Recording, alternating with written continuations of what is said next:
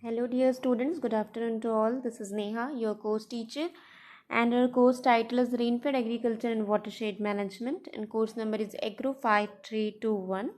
So today we will discuss about the climatic condition prevalent in rainfed areas.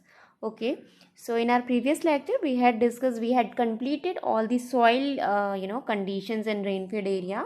So today we will discuss the climatic conditions. Okay, so okay, yes, so firstly we will see the briefly what is the climate.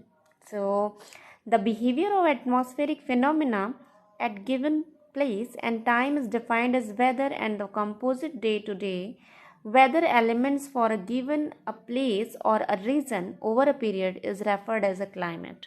Okay, मतलब एक ऐसा situation या एक ऐसा weather जो उस particular area पे क्या होगा, कुछ टाइम के लिए क्या होता है, बहुत टाइम तक के लिए वो स्टेबल रहता है वहाँ पे उस तरीके का वेदर, तो that is called the climate that particular place. Okay, atmospheric behaviour है, अलग अलग एटमॉस्फेरिक बिहेवियर है, इस वजह से अलग अलग रीजन का, अलग अलग लोकेशन का अलग क्या होता है, क्लाइमेटिक कंडीशंस होते हैं, right. So we are studying dry climate और dry land agriculture as well. Okay, so in we can say that what is the dry climate. So जैसे ड्राई क्लाइमेट को हमने 3 टाइप्स में डिवाइड किया है basically, rainfed agriculture, rainfed climate, and then dry climate and dry land climate. Okay, so that is why will discuss the dry climate only. So a dry climate is one in which the average annual precipitation is defined as relation to evaporation. It can be divided into arid and semi-arid climate. It can be divided into 2 categories, which is arid climate and the semi-arid climate. Okay, so what is a precipitation? So we all know about the precipitation and some forms of precipitation, because हमने अपने previous semester में meteorology में precipitation को detailing से पढ़ा हुआ है. Okay, so I hope आप मतलब आप सबको समझ होगा कि what is the precipitation. You can understand the things which are under the some kind of terminology like precipitations and some snow, hail, rainfall. Okay, so मैं होप करती हूँ कि आप सबको ये समझ होगा. So there is no need to explain again what is the precipitation also. Okay, so let us move. Okay, so what is the arid climate.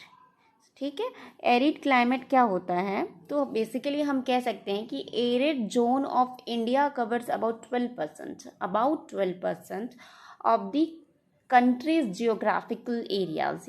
Okay, मतलब 12% जियोग्राफिकल एरिया का हमारी पूरी होल कंट्री में जो है वो एरिड क्लाइमेट के category में आता है. And somewhere the some geographical percentage of Rajasthan which is about 61%, and Gujarat is about 20%, Andhra Pradesh, Karnataka is 10%, and some areas of Punjab is also the 9% areas are the comes under the category of arid zone also, मतलब सूखा. ठीक है, थोड़ा कम dry climate हम कह सकते हैं. सो it can be defined as an extreme dry climate where the average annual precipitation is less than 500 mm and usually in the range of 250 to 500 mm. मतलब ऐसा क्लाइमेट जहाँ पे 250 से 500 mm तक की वार्षिक वर्षा होती है. ठीक है, तो उस तरीके के क्लाइमेट को हम क्या करते हैं, एरिड क्लाइमेट कहते हैं, मतलब ड्राई क्लाइमेट कहते हैं. Okay, so generally the rainfall is well short of evaporation demand on the atmosphere. The precipitation is insufficient for the crop production. मतलब इतनी वार्षिक वर्षा वहाँ पे नहीं उपलब्ध होती है कि हम क्या कह सके, क्रॉप प्रोडक्शन कर सके. ठीक है, एरिड जोन होता है राजस्थान का बहुत सा 61% जो एरिया है वो एरिड जोन की कैटेगरी में आता है, जहाँ पे क्रॉप प्रोडक्शन जो है वो पॉसिबल नहीं है. यूजुअली क्रॉप प्रोडक्शन पॉसिबल नहीं है. अगर वहाँ पे क्रॉप प्रोडक्शन होता है तो हमें एक्सटर्नल इरिगेशन प्रोवाइड्स करनी पड़ती है या वाटर के रिसोर्सेज वहाँ पे अवेलेबल होने चाहिए. ठीक है, उस कंडीशंस पे हम वहाँ पे कल्टीवेशन प्रैक्टिसेस कर सकते हैं, अदरवाइज हम वहाँ पे कल्टीवेशन नहीं कर सकते, right. Then the second is the semi arid climate. So semi arid climate is also the dry climate, मतलब एरिड से थोड़ा कम हम कह सकते हैं. ठीक है, so it can be defined as a climate where the average annual precipitation is more than 500 mm and generally crop production is possible with dry farming methods और विद सप्लीमेंटल इरिगेशन सिस्टम। मतलब irrigation system के through हम वहाँ पे farming कर सकते हैं, लेकिन वो क्या होगा, ड्राई फार्मिंग की कैटेगरी में आएगा, क्योंकि वहाँ पे जो वार्षिक वर्षा है वो मोर देन 500 mm होगा। तो हमेशा आपको याद रखना, जैसे हमने ड्राई लैंड फार्मिंग पढ़ा, ड्राई फार्मिंग पढ़ा, रेनफेड एग्रीकल्चर पढ़ा, तो क्या होता था ड्राई फार्मिंग में लेस देन 750 mm जहाँ पे वार्षिक वर्षा होती है उसको हम ड्राई फार्मिंग की कैटेगरी में रखते हैं। And the dry land farming क्या होता है, जहाँ वार्षिक वर्षा जो होती है वो 750 टू 1150 mm तक होती है, वो हम ड्राई लैंड फार्मिंग की कैटेगरी में रखते हैं।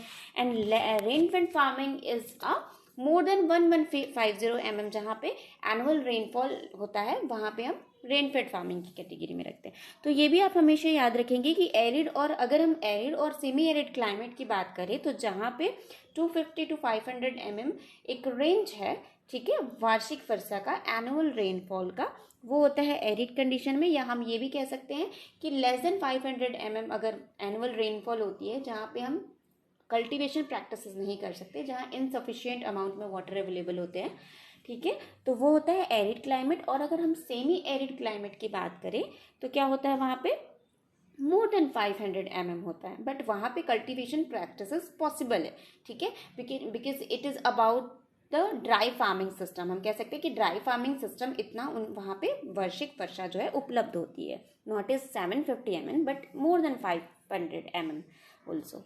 Okay, so let us move.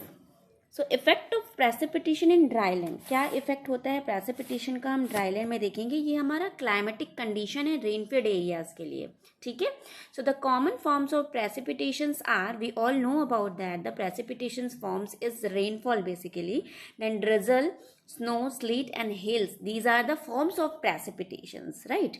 So in dry land rainfall, limitation is the greatest factor in influencing the crop growth and yield.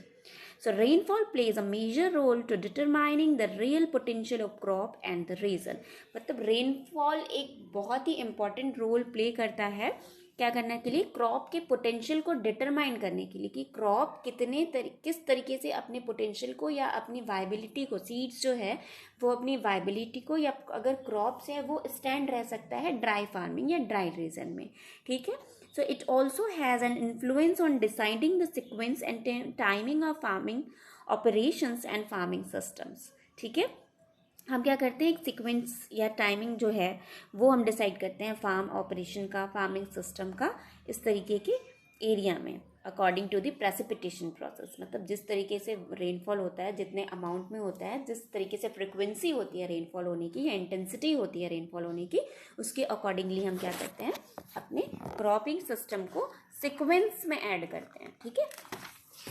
So let us move. Yes, there are some different forms of precipitation like rainfall and drizzle, some hails and snow also. But in this lecture, we will discuss the rainfall characteristics in dry land. ठीक है, and effects on crop growth is also will study in this lecture. Okay, so मैंने column यहाँ पे add करा हुआ है ताकि confusion ना हो और हमें याद जल्दी हो जाए, हमें याद रहे वो चीज़। अगर हम किसी भी चीज़ का कंपैरिजन करते हैं तो वो याद हमें जल्दी हो जाती है ना। इंस्टेड ऑफ हम अगर थ्योरेटिकल पढ़ते हैं तो हम क्या होते हैं, कंफ्यूज हो जाते हैं। इसलिए मैंने यहाँ पे कॉलम ड्रॉ किया है जहाँ पे एक जनरल कैरेक्टरिस्टिक्स है, ठीक है। यहाँ पे 3 कॉलम है हमारे पास, we have 3 column for general characteristics and in dry regions and then general effects for the some kind of rainfall and all the characteristics of precipitations forms of some kind of precipitations forms also. Okay, so seasonal distribution, the first characteristics, general characteristics, then the dependability, okay, then the frequency, then the intensity. Okay, so अगर हम seasonal distribution की बात करें तो highly seasonal होता है dry region में, ठीक है। मतलब एक सीजन पे वार्षिक वर्षा होनी है, बारिश होनी है, तो वहाँ पे रेनफॉल होगा, ठीक है। अलग सीजन पे हम और कल्टीवेशन प्रैक्टिसेस नहीं ले सकते, ठीक है। अगर डिपेंडेबिलिटी का हम बात करें तो हाईली अनरिलायबल होता है, ठीक है। अनरिलायबल क्यों होता है, क्योंकि हम भरोसा नहीं कर सकते, बिलीव नहीं कर सकते, हम डिपेंडेंट है, ठीक है। तो ये एक अनरिलायबल प्रोसेस है। देन द फ्रिक्वेंसी, तो बहुत ही लेस फ्रिक्वेंसी में जो रेनफॉल है वो होती है ड्राई रीजन्स पे। ओके, अगर हम इंटेंसिटी की बात करें तो मोर इंटेंसिटी होती है क्रॉप की, अच्छी वर्षा होती है बट फ्रिक्वेंसी कम होती है, मतलब बहुत कम बार वर्षा देखी जाती है। सपोज अगर हम बात करें एक महीने की, 1 मंथ में अगर 5 बार बारिश होती है, ठीक है, 5 टाइम्स अगर एनुअल रेनफॉल अगर होता है, तो वो 5 टाइम्स रेनफॉल की इंटेंसिटी होगी वो अच्छी होगी, मोर इंटेंसिटी वाली वर्षा होगी, बट क्या होगी, वो सीजनल होगी।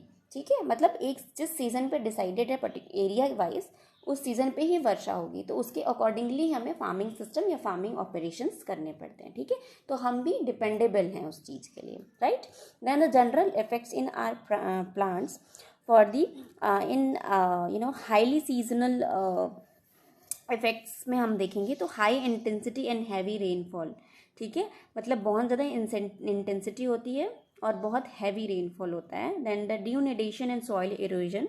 ठीक है, मिट्टी जो है वो ख़राब हो जाती है, मिट्टी जो है वो एरोजन हो जाती है, एरोटेड हो जाती है। Then the run off and floods.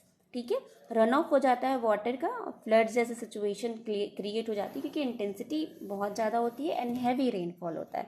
ठीक है, तो ये इफेक्ट्स हैं, जनरल इफेक्ट्स हैं। ठीक है, then the loss of soil fertility. Obvious है कि अगर रन ऑफ होता है वाटर का तो सॉइल फर्टिलिटी क्या होती है, लॉस होती है, क्योंकि मिट्टी के बहाव के साथ साथ जो हमारे न्यूट्रिएंट्स होते हैं या जो हमारे एसेंशियल एलिमेंट्स होते हैं वो क्या करते हैं, लीच आउट करते हैं, पानी के साथ साथ बह जाते हैं, राइट।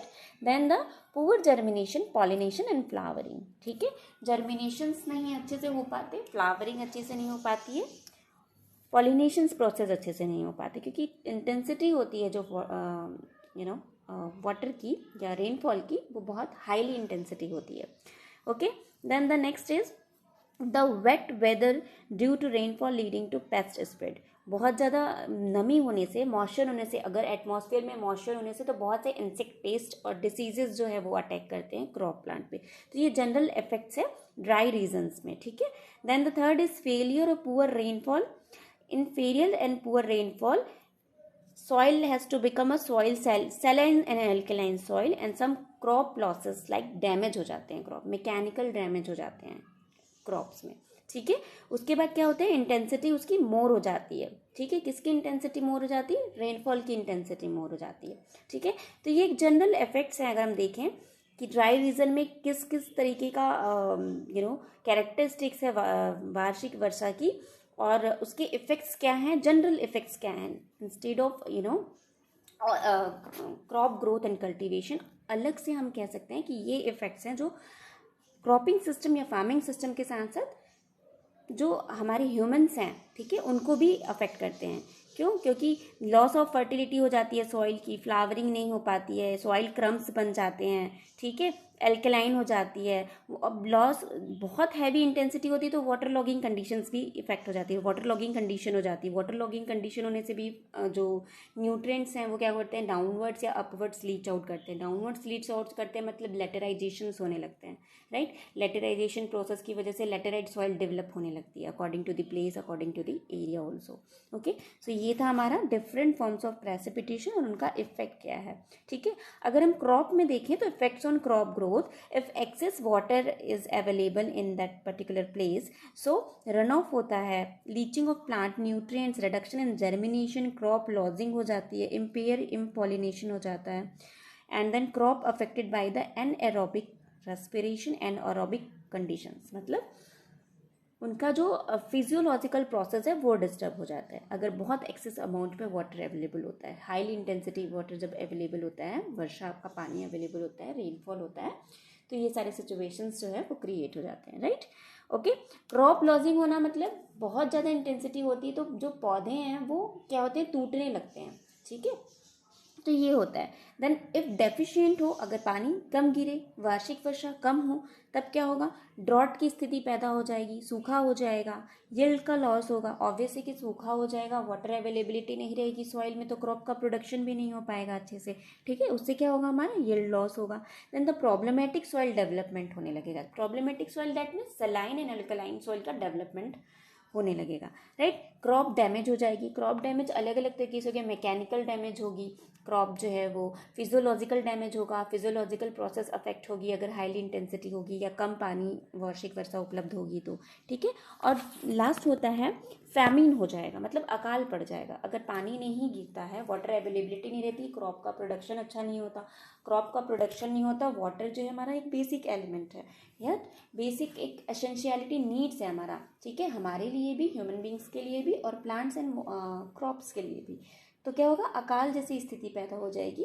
तो ये है जनरल इफेक्ट्स ऑफ रेनफॉल और general characteristics of rainfall in dryland regions. Okay, so ये था हमारा रेनफॉल का characteristics in climatic conditions prevalent in rainfed areas में, ठीक है। नेक्स्ट लेक्चर में हम देखेंगे कि हेल और स्नो के क्या कैरेक्टरिस्टिक्स हैं, उनके इफ़ेक्ट्स क्या हैं, सोलर रेडिएशंस के क्या इफ़ेक्ट्स हैं, ये हमारे ड्राईलैंड रीजन में किस तरीके से इफ़ेक्ट्स करते हैं जिससे क्रॉप्स जो है वो अफेक्टेड होते हैं, right. So I hope you all got the sense. Thank you very much. Till then be safe, take care, thank you.